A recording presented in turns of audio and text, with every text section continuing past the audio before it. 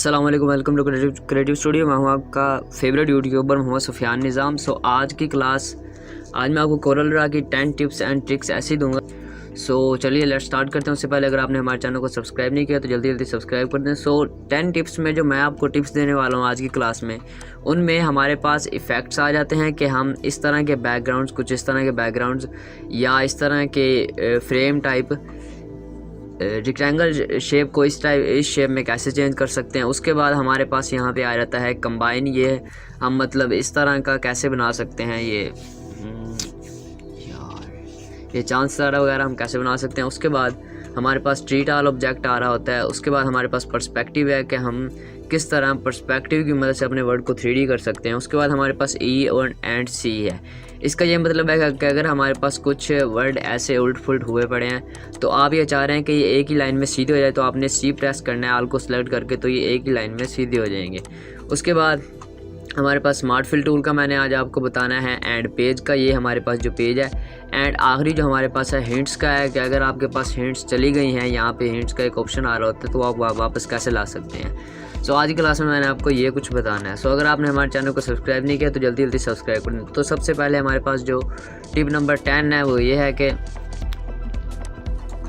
ये रहे हमारे पास टिप नंबर 10। टिप नंबर 10 ये है कि आप इस तरह के बैकग्राउंड जल्दी से जल्दी कैसे तैयार कर सकते हैं, एंड इस तरह के बैकग्राउंड कैसे तैयार कर सकते हो। इस तरह का बैकग्राउंड तैयार करने के लिए सबसे पहले आपने एक रेक्टेंगल टाइप शेप लगानी है, एंड उसमें आपने कर देना है येलो कलर। जी अब सिंपल येलो है एंड ये एक बैकग्राउंड टाइप बना हुआ है। आपने येलो करने के बाद आपने यहाँ से चले जाना है इफेक्ट्स में, एंड यहाँ पे जाने के बाद आपने टेक्सचर एंड एलिफेंट स्किन कर देना है। एलिफेंट स्किन आप जैसे ही करेंगे आपके पास कुछ इस तरह का आएगा, एंड आपने इसे ओके कर देना। जैसे ही आप ओके करेंगे तो आप देख सकते हैं कि आपका एक ये बैकग्राउंड बन चुका है। अब अगर आपने इस तरह का बैकग्राउंड बनाना है तो भी आपने एक रेक्टेंगल टाइप शेप ली, उसमें कलर किया, एंड कलर करने के बाद अब आप ये देख सकते हैं कि ये बैकग्राउंड है एंड ये बिल्कुल सिंपल है। आपने यहाँ पे भी इफ़ेक्ट में गए टेक्सचर, एंड यहाँ पे आपने ये कर देना है कोबलस्टोन। जैसे कोबलस्टोन करेंगे, इसे थोड़ा ओके करेंगे। अगर आपका इसी तरह कोई इशू आ रहा है तो आपने यहाँ पे 21 कर देना है। 21 करके ओके करेंगे तो ये देखें अब आपका ये 3D बैकग्राउंड टाइप बन चुका है।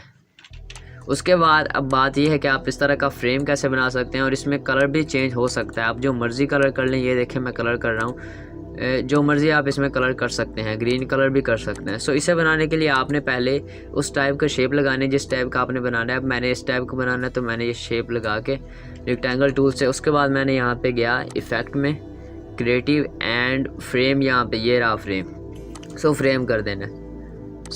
अब हम कैंसिल कर रहे हैं क्योंकि मैंने इसमें कलर नहीं किया था। अब कलर करके दोबारा मैं इफ़ेक्ट पे जाकर टेक्सचर में चला जाता हूँ और क्रिएटिव में चला जाता हूँ, एंड उसके बाद फिर फ्रेम कर देता हूँ। थोड़ा सा इसका प्रोसेस होगा क्योंकि ये हैवी फाइल्स बनती हैं इस तरह, तो ये मेरा भी थोड़ा सा प्रोसेस हो रहा है, एंड आपने इसे ओके कर देना। ये देखें अब आपका भी ये फ्रेम बन चुका है। आप इसमें कलर जो मर्ज़ी करें। ये आपने काफ़ी जगह पर देखा होगा पर आपको ये पता नहीं होगा कि कैसे बनाया, तो ये इस तरह बनाया जा सकता है। उसके अलावा भी इफ़ेक्ट्स की मदद से और भी बहुत सी चीज़ें, बैकग्राउंड वगैरह बनाए जा सकते हैं। उसके बाद हमारे पास जो टिप नंबर 9 है वो ये है कंबाइन वेल्ड। कंबाइन वेल्ड क्या है, अगर आपको इस तरह का मतलब चांद सितारा वगैरह बनाना होता है तो वो काफ़ी आप डिफ़िकल्टी और मुश्किल से बनाते हैं। इसे इजी करने के लिए आपने यहाँ पे कुछ इस टाइप का एक लिया, इलिप्स टूल की मदद से एक सर्कल ड्रा किया, एंड इसी को कॉपी कर लिया। कॉपी करने के बाद अब आपने करना ये कि इसे वाइट कलर कर देना है। वाइट कलर करने के बाद अब आपने कुछ ये हमारा आपका एक मून टाइप बन गया। उसके बाद अब आपने इन दोनों को सिलेक्ट कर लेना है कुछ इस तरह से। सिलेक्ट करने के बाद अब आपने यहाँ पे कर देना है सिंप्लीफाई करेंगे। इसे यहाँ से डिलीट कर देंगे क्योंकि वो एक, अब ये देखें ये आपका एक मून टाइप बन चुका है। और ये जो स्टार होता है वो आपको पता ही है कि यहाँ पे पॉलीगॉन टूल के नीचे स्टार होता है, एंड आप इस तरह से लगा सकते हैं। ये आपका बन चुका है, ठीक है। उसके बाद हमारे पास टिप नंबर 7 जो है वो है treat all objects as field. जब आपके पास आपके कोरल ड्रा में कोई भी चीज़ सेलेक्ट नहीं होती तब आपके पास ये ऑप्शन आ रहा होता है treat all objects as field. इसका ये होता है कि अगर तो इसके पर आपका टिक किया हुआ है तो इसका ये है कि अब मैं अगर इसके दरमियान में भी आके क्लिक करूँ इस रेक्टेंगल शेप में तो ये सिलेक्ट हो रही है। लेकिन अगर मैं इसे इनेबल कर दूं, मतलब इसका ये ख़त्म कर दूं, ये देखें अब मैंने इसका सिलेक्शन ख़त्म कर दिया। सो अब मैं अगर इसके दरमियान में क्लिक कर रहा हूं तो ये सिलेक्ट नहीं हो रही। लेकिन अब अगर मैं इसकी आउटलाइन पे क्लिक करता हूं तो ये सिलेक्ट हो रही है। सो ट्रीट ऑल ऑब्जेक्ट ये काम करता है। सो मैं इसे वापस दोबारा एबल कर देता हूँ एंड ये अब सिलेक्ट हो रही है। उसके बाद हमारे पास टिप नंबर 7 जो है वो ये है कि चेंज कलर। अब जैसे आपके पास कुछ इस तरह की ये बॉल्स हैं जिनके ऊपर कुछ नंबरिंग दी हुई है। सो आप उनको अगर कलर चेंज करना चाहते हैं, इनका कलर ब्लैक एंड वाइट में हो जाए, कुछ इस तरह का हो जाए। सो आपने करना यह है कि आपने पहले वो ये देखिए एक PNG इमेज है, उसके बाद आपने बिटमैप में चले जाना है, कन्वर्ट टू बिटमैप एंड यहाँ पे आपने कर देना है ग्रे स्केल। सो ये थोड़ी थोड़ी ब्लैक एंड वाइट में आ जाएगा एंड यहाँ पे आपने 300 ये इसकी रेजोल्यूशन होती है। सो यहाँ पे थोड़ा सा प्रोसेस होगा। अब ये आप देख सकते हैं कि ये ब्लैक एंड वाइट हो गई है। सो टिप नंबर 6 जो है वो हमारे पास है पर्सपेक्टिव टूल। पर्सपेक्टिव टूल की मदद से अब आप अपने वर्ड को 3D बना सकते हैं। सो मैंने यहाँ पे इसी कार को एक कॉपी की, जैसे कि यहाँ पे मैंने अपना निकनेम लिखा हुआ है सूफ़ी। सो ये मेरा निकनेम है। सो उसके बाद हम तुम्हारा यहीं पे लिख लेते हैं। सो जैसे कि यहाँ पर मैंने दोबारा लिख दिया। लिखने के बाद मैं इसे जो फ़ॉन्ट लगा रहा हूँ वो है इम्पैक्ट फ़ॉन्ट लगाने के बाद अब आपने यहाँ से ले लेना ग्रेडियंट टूल। उसका शॉर्टकट G है। सो मैं G से शॉर्टकट करके ग्रेडियंट टूल ले रहा हूँ एंड यहाँ पे कुछ कार्स से मिलते जुलते कलर सेलेक्ट कर रहा हूँ। जैसे कि मैंने ये कलर सेलेक्ट कर लिया, 3 कलर मैं इसके सिलेक्ट करूँगा। दूसरा कलर मैंने यहाँ से ले लिया एंड जो तीसरा कलर है वो यहाँ से ले लिया। थोड़ा डार्क कर देता हूँ, इसे भी थोड़ा और डार्क कर देते हैं। सो ये डार्क हो गया, ठीक है। उसके बाद अब आपने करना यह है कि आपने यहाँ पे लाके अपने वर्ड को रखा। अब अगर आप सिंपल वर्ड रखते हैं तो वो कुछ इस तरह से होंगे, लेकिन अगर आप 3D में इन्हें चेंज करते हैं तो वो उस तरह हो जाएंगे जिस तरह मैंने अपने वर्ड लिखे हुए हैं। सो उन्हें करने के लिए आपने पहले यहाँ पे चले जाना है ऑब्जेक्ट में एंड ये रहा ऐड पर्सपेक्टिव।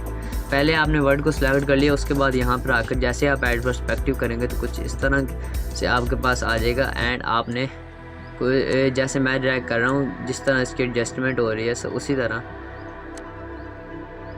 अब आप ये देख सकते हैं कि ये एक 3D वर्ड बन गया है। सो ये देखें अब ये एक 3D वर्ड बन गया है एंड ऐसा लग रहा है जैसे कार के साथ ही अटैच हुआ हो। सो हमारे पास टिप नंबर 5 जो है वो है जी विग्नेट। सो ये अगर हम किसी भी सर्कल में, अब ये मैंने पावर क्लिप की हुई है पिक।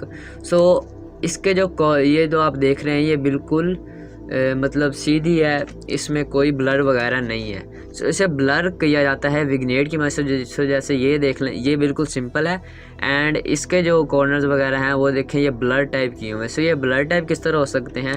सो आपने पहले तो उसे पावर क्लिप कर लेना। पावर क्लिप करने के बाद आपने करना यह है कि आपने बिटमैप कर लेना है। बिटमैप आपका 300 का मैं वैसे कर रहा हूँ, अगर आपने हाई रेजोल्यूशन करने तो आप ज़्यादा भी कर सकते हैं। उसके बाद आपने यहाँ से चले जाना है इफेक्ट में एंड यहाँ पे फिर आपने क्रिएटिव में दोबारा चले जाना है एंड ये रहा विग्नेट। सो आपने विग्नेट करना है, उसके बाद इसे ओके कर देना है। सो ये देखें इसके कॉर्नर्स भी बिल्कुल उसी तरह ब्लर हो गए। सो आप ये ब्लर कर सकते हैं।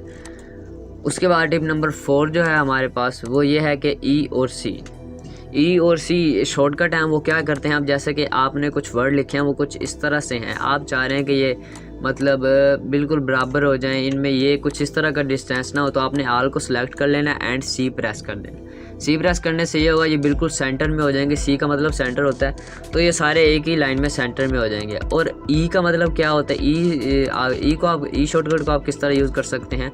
सो मैंने इसे कॉपी किया, इसे कुछ इस तरह से ऊपर रख दिया, इसे इधर रख दिया, थोड़ा सा फासला कर देता हूँ, इधर रख दिया। सो अब आपने इन तीनों को सिलेक्ट कर लिया एंड ई प्रेस कर दिया। सो ये बिल्कुल बराबर हो गए हैं। उसके बाद हमारे पास आ रहा है स्मार्ट फिल टूल। ये हमारी टिप नंबर 3 है। सो स्मार्ट फिल टूल क्या करता है, अब अगर ये एक सर्कल है, ये भी एक सर्कल है, स्मार्ट फिल टूल ज़्यादातर शेप बना सकता है। सो जैसे कि मैंने इस सर्कल को इस सर्कल के ऊपर रख दिया एंड यहाँ पे मैंने ले लिया स्मार्ट फिल टूल। ये ग्रेडियंट टूल के नीचे होता है एंड ये देखें अब स्मार्ट फिल टूल ने इन दोनों शेप्स में से एक तीसरी शेप बना दी है। इसी तरह स्मार्ट फिल टूल, अब अगर इसी तरह मैं यहाँ पर और मज़ीद यहाँ पे सर्कल लगा दूँ, ये सर्कल लगा दिए, ये सर्कल लगा दिए, तो ये और शेप बना सकता है। अब जैसा कि आपको 1 मिनट। अब जैसा कि आपको फ़र्ज़ किया ये शेप चाहिए यहाँ तक, तो आपने यहाँ पे प्रेस किया, उसमें कलर हो गया, वो शेप आप बाहर उठा के उसे कोई और कलर कर लें। इसी तरह अब अगर दोबारा मैं स्मार्ट फिल टूल ले लेता हूँ एंड अब अगर आपको ये शेप चाहिए तो मैंने इसमें कलर किया तो इसमें भी अलहदा से कलर हो गया। तो स्मार्ट फिल टूल आपका ये करता है। उसके बाद हमारी जो टिप नंबर 2 है वो है जी पेज। अक्सर हम वर्क वगैरह करते हैं। आपने एडोब फोटोशॉप में देखा होगा, जैसे एडोब फोटोशॉप में उसके लेयर्स होती हैं, उसी तरह ये आपको यहाँ पे एक ऑप्शन नज़र आ रहा होगा, पेज 1 आपको लिखा हुआ नज़र आ रहा होगा। मैंने एक रेक्टेंगल टूल लिया, यहाँ पे एक ड्रैग कर दिया, रेक्टेंगल टाइप शेप ड्रैग कर दी। उसके बाद अब आपको यहाँ पे पेज के साथ ही ये प्लस का निशान नज़र आ रहा होगा, आपने इस पर क्लिक कर देना है एंड ये आपका पेज 2 आ गया।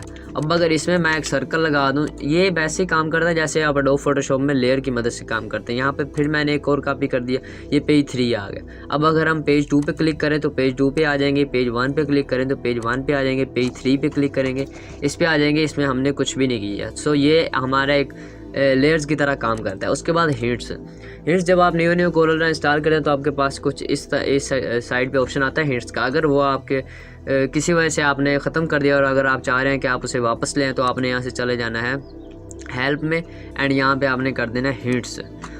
ये आपके हिंट्स वापस आ जाएंगी उसी वक्त। अब अगर आप शेप टूल सेलेक्ट कर रहे हैं तो ये आपको बताएंगे। उसके बाद अगर आप जूम टूल ले रहे हैं तो ये आपको साथ साथ हेडिंग देते रहेंगे कि जूम टूल ये काम करता है। अगर रेक्टेंगल टूल ले रहे हैं तो ये देखें साथ साथ हेडिंग देते रहेंगे। ये हमारी टिप नंबर 1 थी। आई होप आपको ये क्लास बहुत अच्छी लगी होगी। अगर आपने हमारे चैनल को सब्सक्राइब नहीं किया तो जल्दी जल्दी सब्सक्राइब कर दें। और यहीं पर हमारे कोरल ड्रा का ट्यूटोरियल ख़त्म होता है। मैंने कोरल ड्रा पर ये मेरी क्लास नंबर 16 थी। अगर आपने मेरी दूसरी क्लासेस नहीं देखी तो डिस्क्रिप्शन में मैंने अपनी पूरी प्लेलिस्ट का लिंक दिया, वहाँ से जाकर देख सकते हैं। आज की ये वीडियो यहीं पर ख़त्म होती है। मिलती है नेक्स्ट वीडियो में, तब तक के लिए अल्लाह हाफिज़।